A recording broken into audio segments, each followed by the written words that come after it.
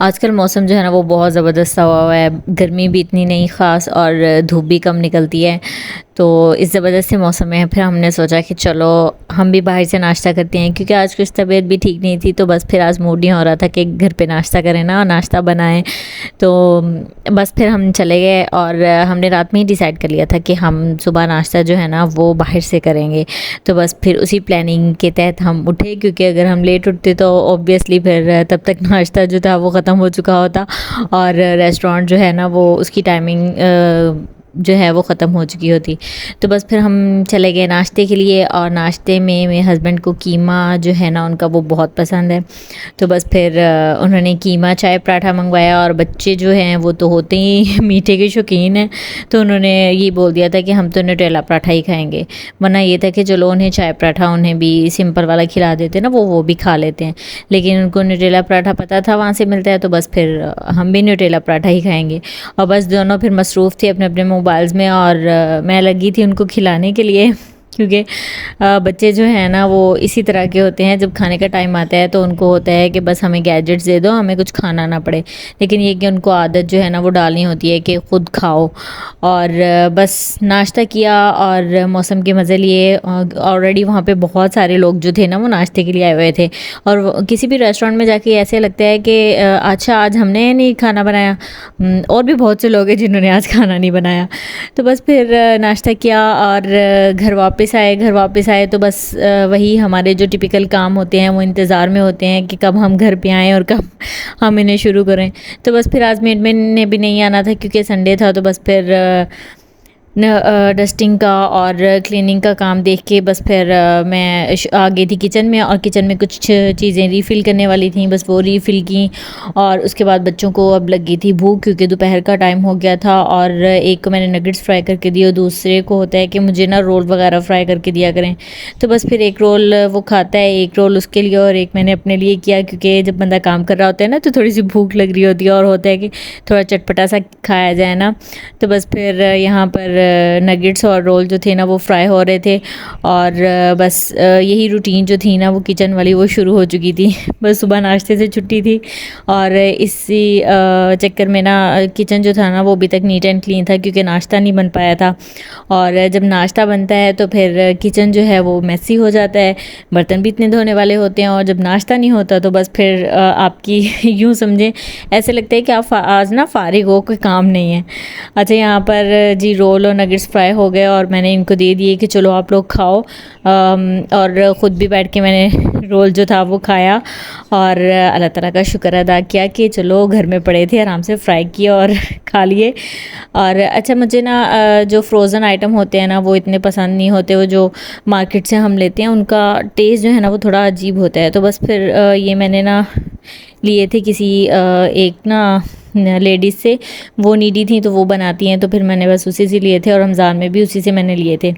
अच्छा, यहाँ पर हस्बैंड के लिए जी अब बनने लगे थे दही बड़े, और दही बड़े तो नहीं, हम दही पकौड़ियाँ कह सकते हैं, क्योंकि बड़े तो इसमें थे ही नहीं।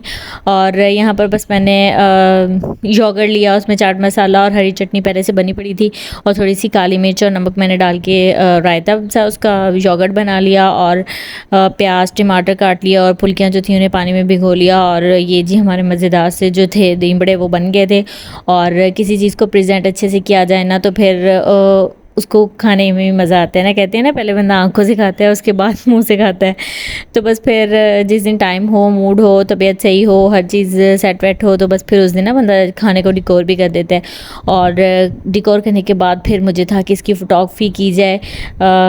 पौधे जो थे वो उनके सामने रख के मैंने इसकी पिक्स बनाई और वीडियोज़ बनाई। मौसम भी काफ़ी अच्छा हो रहा था और काफ़ी ना अच्छा अच्छा सा ये लग रहा था। अच्छा, ये सब काम निपटाने के बाद, किचन क्लीन करने के बाद फिर मैं आ गई थी शाम की डिनर की तरफ रात के। तो बस डिनर में फिर आज मूड था कि चलो कड़ी बनाते हैं। पकोड़े जो थे वो भी शाम में ऐसे खा हो जाएंगे, और जो कड़ी है ना उसका भी मज़ा आ जाएगा। तो बस फिर यहाँ पर कड़ी बनाने का मेरा तरीका ये है कि ऑयल लेती हूँ और उसमें थोड़ा सा मेथी दाना जो है ना वो 1-2 मिनट करकरा कर लेती हूँ और फिर योगर्ट की लस्सी बना के उसमें बेसन डाल के तमाम स्पाइसेस डाल देती हूँ। इंग्रेडिएंट्स जो थे ना वो मैंने मेंशन किए हुए थे, आप वहाँ से देख लीजिएगा। बस कड़ी को रखा और साथ ही पकौड़ों का सामान जो था ना वो रेडी करने में लग गई। पकौड़े जो थे ना वो मैंने बहुत ही कम बनाए थे, इतने ज़्यादा नहीं बनाए थे। जब पकौड़े बनाने लगी तो देखा कि पालक वगैरह या इस तरह की कोई चीज़ मौजूद नहीं है, तो फिर मैंने सोचा कि चलो ऐसे भी अच्छे और क्रिस्पी बंदा बना सकता है। तो बस फिर मैंने एक आलू और एक प्याज लिया और इसमें तमाम स्पाइसेस वगैरह डाले, वो भी आपको मैं यहाँ पे मेंशन कर दूँगी। एक एक करके जो है ना वो करना मुश्किल हो जाता है। और सारी चीज़ें मैंने डाली और उसके बाद फिर इसको अच्छे से मैंने मिक्स कर लिया। पहले मुझे लग रहा था कि कुछ ना ज़्यादा ही पतला हो गया, लेकिन इसके जब मैंने पकौड़े बनाना शुरू किया ना बहुत ही क्रिस्पी और मज़ेदार बने थे ना। और कड़ी जो थी वो भी साथ साथ बन रही थी, उसको भी मैं साथ साथ स्टर कर रही थी, क्योंकि जब हम बेसन वगैरह डाल देते हैं ना तो उसके बाद ना जब तक उसे बॉयल नहीं आता तो ये खदशा होता है कि बेसन जो है ना वो नीचे ही चला जाएगा और स्टिक होगा ना आपकी कढ़ाई के साथ। तो बस फिर वो भी मैं साथ साथ हिला रही थी और उसमें मैंने नमक कभी कड़ी में मैंने नहीं डाला था। अच्छा, यहाँ पर पकौड़े जो थे ना वो थोड़े से बन चुके थे और हस्बैंड आ गए थे कि मुझे तो भूख लगी है, तो बस फिर थोड़े से पकौड़े उनको निकाल के दे दिए कि आप लें और खाएँ। और यहाँ पर ये देखें बहुत ही ज़बरदस्त अंदर से सॉफ्ट और बाहर से क्रिस्पी से पकौड़े बनते। अच्छा, यहाँ पर इस स्टेज पे जबकि कड़ी उतारने से तकरीबन 10-15 मिनट पहले मैंने गरम मसाला और नमक डाल दिया था और इससे पहले मैंने नमक नहीं डाला था, बाकी तमाम स्पाइसेस डाले थे और टमाटर भी मैंने इस कड़ी में नहीं डाले थे। बहुत इजी वे है कड़ी बनाने का, आप बहुत कम टाइम में बन जाती है ये। और यहाँ पर इसके तड़का लगाने की वजह थी तो इसके लिए मैंने यूज़ किया था देसी घी, उसमें थोड़े से मैंने प्याज डाले और साबुत लाल मिर्च जो ड्राई वाली होती है ना वो डाली, बहुत अच्छा सा लुक देती है और टेस्ट भी अच्छा आता है। अच्छा, जब प्याज ब्राउन होना स्टार्ट हुए तो इसमें मैंने ज़ीरा डाल दिया ताकि ज़्यादा काला ना हो जाए ना अगर मैं शुरू में डाल दूँगी। तो बस फिर कड़ी को मैंने तड़का लगाया और ये जी हमारी मज़ेदार सी कड़ी जो थी वो रेडी हो गई थी। और फिर बस इसको कवर कर दिया क्योंकि अभी डिनर में ना थोड़ा टाइम था। और बस फिर मैं चली गई बाहर मौसम के मज़े लेने। बाहर बहुत ही अच्छा सा मौसम हो रहा था, ज़बरदस्त सा ठंडा ठंडा सा और बड़ी ज़बरदस्त सी हवा चल रही थी।